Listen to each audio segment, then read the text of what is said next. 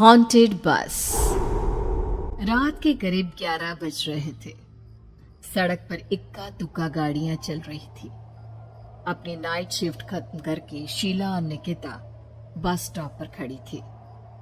आज तो हमें बहुत देर हो गई। पता नहीं घर जाने के लिए हमें कोई साधन मिलेगा भी या नहीं। अगर कोई साधन नहीं मिला तो कहीं रात इसी बस स्टॉप पर ना बितानी पड़े। अपनी काली जुबान बंद कर। जब देखो तब उल्टी बातें ही करती है। अरे कुछ देर रुक जाना, कुछ ना कुछ मिल ही जाएगा। लेकिन काफी देर तक इंतजार करने के बाद भी उन्हें कोई बस नहीं मिलती। धीरे धीरे समय के साथ साथ सड़क पर चलने वाली गाड़ियों का दिखना भी बंद हो जाता है। अरे ये देख, अब तो सड़क पर एक भी गाड़ी नहीं दिख रही। दूर दूर तक गाड़ी और किसी इंसान का नामो निशान नहीं है।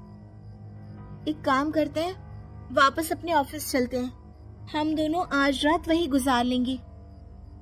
देख, तुझे अच्छी तरह पता है 10 बजे के बाद चौकीदार ऑफिस के मेन गेट पर ताला लगाकर अपने घर चला जाता है। ऑफिस जाने का कोई फायदा नहीं है। इस सुनसान सड़क को देख मुझे बहुत घबराहट हो रही है। एक काम करना, उसी चौकीदार के घर चलते हैं। वो भी तो परिवार वाला है। हम बेफिक्र होकर आज रात उसके घर पर रुक सकते हैं। अरे पागल, चौकीदार 10 बाई 10 की खोली में रहता है। उसके 4 बच्चे हैं। भला वो हमें अपने घर में कौन सी जगह देगा। अब तू ना ये बेकार की बातें बंद कर और चुपचाप खड़ी रह। शायद कोई लिफ्ट ही मिल जाए।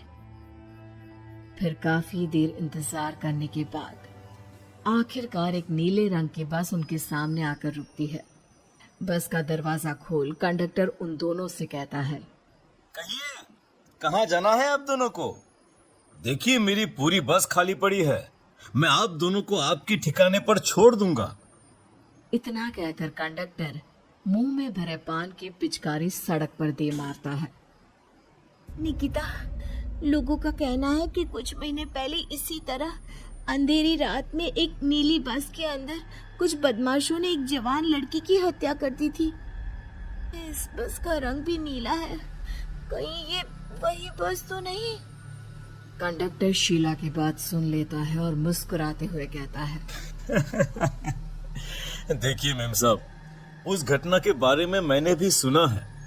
माना कि उस बस का रंग और मेरी बस का रंग एक है, लेकिन दुनिया में नीले रंग की एक ही बस तो नहीं है ना।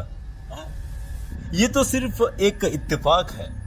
देखिए, हमारी बस में एक मेम साहब पहले से ही बैठी हैं। चाहे तो अब देख लीजिए।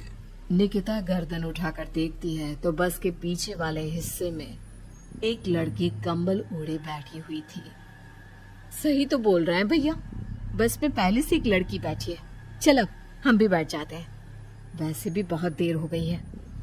अरे ठहर जाना निकिता, मुझे डर लग रहा है। अरे तुझे इतना ही डर लग रहा है तो तू यहीं खड़ी रह, मैं तो चली। अरे तुम मुझे छोड़कर कहाँ जा रही है? मैं भी चलती हूँ।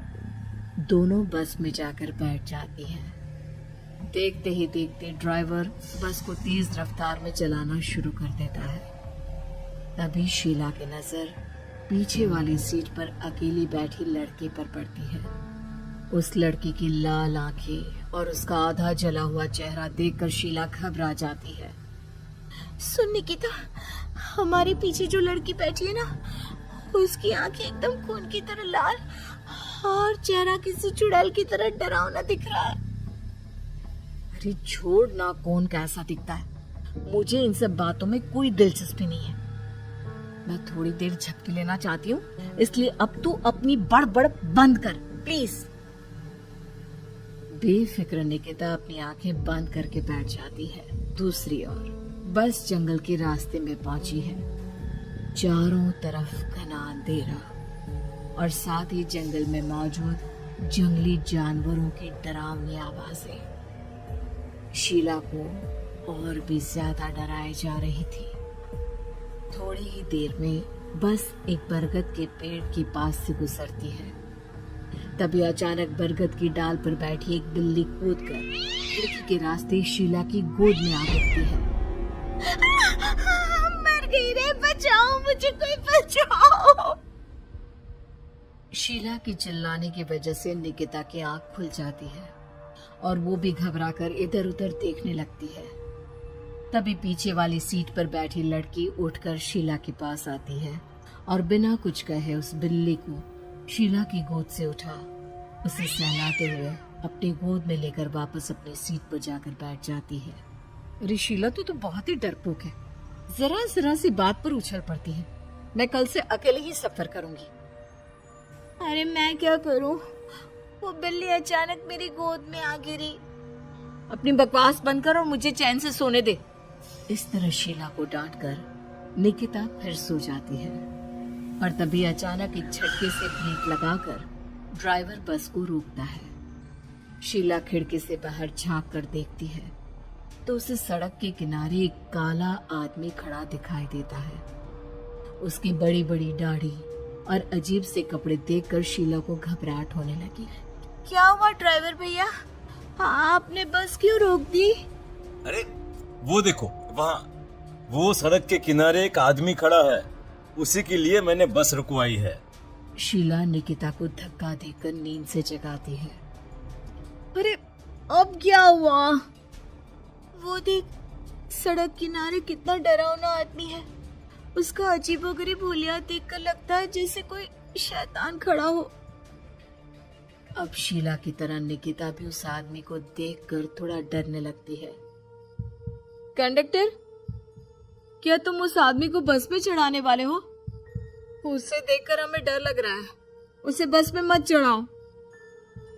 अरे डरने की कोई बात नहीं है मेम साहब। ये आदमी जंगल के पीछे वाले गांव में रहता है। ये रोज इसी वक्त मेरी बस में बैठकर पड़ोस वाले गांव में जाता है।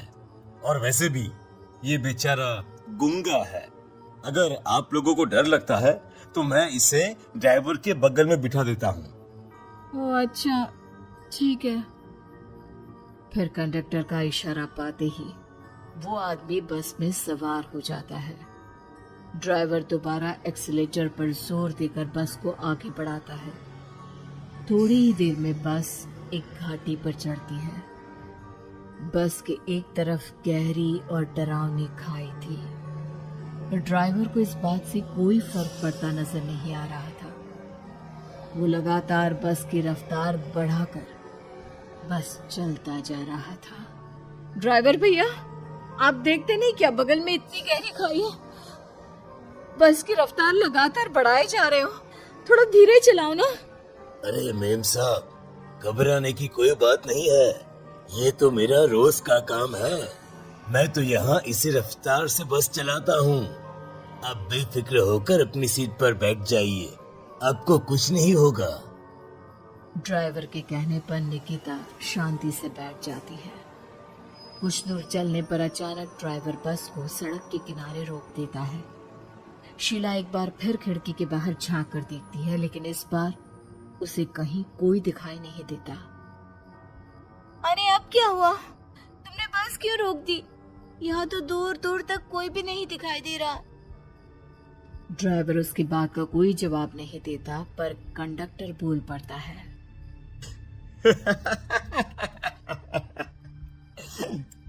ये हमारी फेवरेट जगह है। हम अपने सारे अच्छे काम यहीं पर करते हैं। अब हमारा प्रोग्राम खत्म होने के बाद ही बस यहाँ से आगे बढ़ेगी। इतना कहते ही कंडक्टर सीट के नीचे रखी एक शराब की बोतल निकालता है। अरे ये सब क्या? तुम्हारे बस में सवारी बैठी है, उन्हें घर पहुंचाने की जगह तुम यहाँ सड़क के बीच में बस रोककर शराब पियोगे? बस में लड़कियों के बैठे हुए भी तुम्हें ये सब करते हुए शर्म नहीं आती? कंडक्टर कोई जवाब नहीं देता और मुस्कुराते हुए शराब पीने लगता है। तभी ड्राइवर और दूसरा आदमी भी कंडक्टर के साथ मिलकर शराब पीने लगते हैं। निकिता, मुझे इन तीनों के इरादे कुछ ठीक नहीं लगते। हमने इस बस में बैठकर बहुत बड़ी भूल कर दी। तू घबरा मत, मैं हमेशा अपने पर्स में छोटा सा चाकू रखती हूँ। उसके रहते ये तीनों हमारा कुछ नहीं बिगाड़ पाएंगे। देखो गज्जू भैया, हमारी बस में इस समय 3 जवान लड़कियां बैठी हैं। कहो सबसे पहले किसका शिकार किया जाए?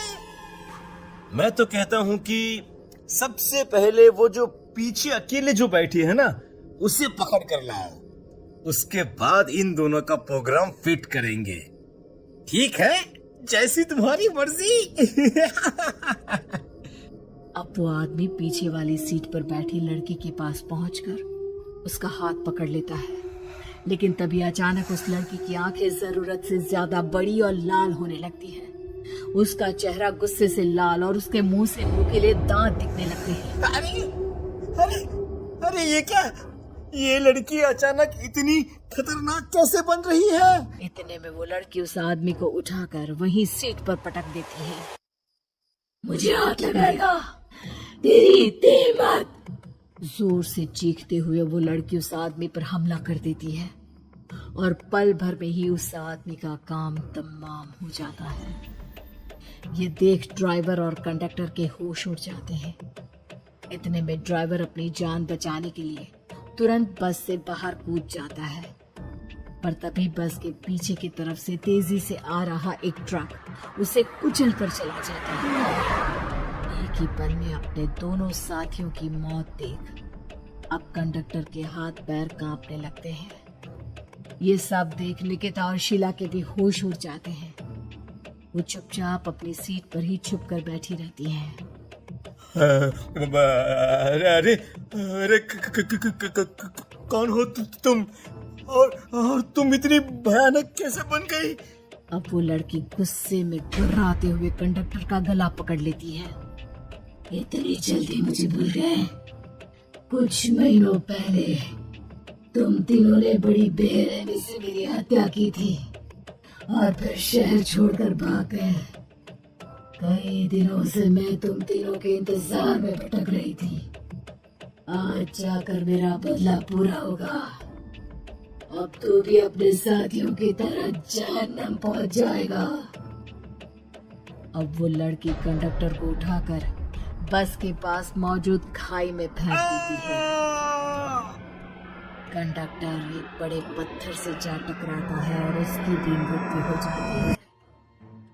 दूसरी तरफ ये सारा नजारा देख शीला और निकिता बेहोश हो जाती है। अगली सुबह जब उन दोनों को होश आता है तो वो अपने आप को एक सरकारी अस्पताल में पाती है।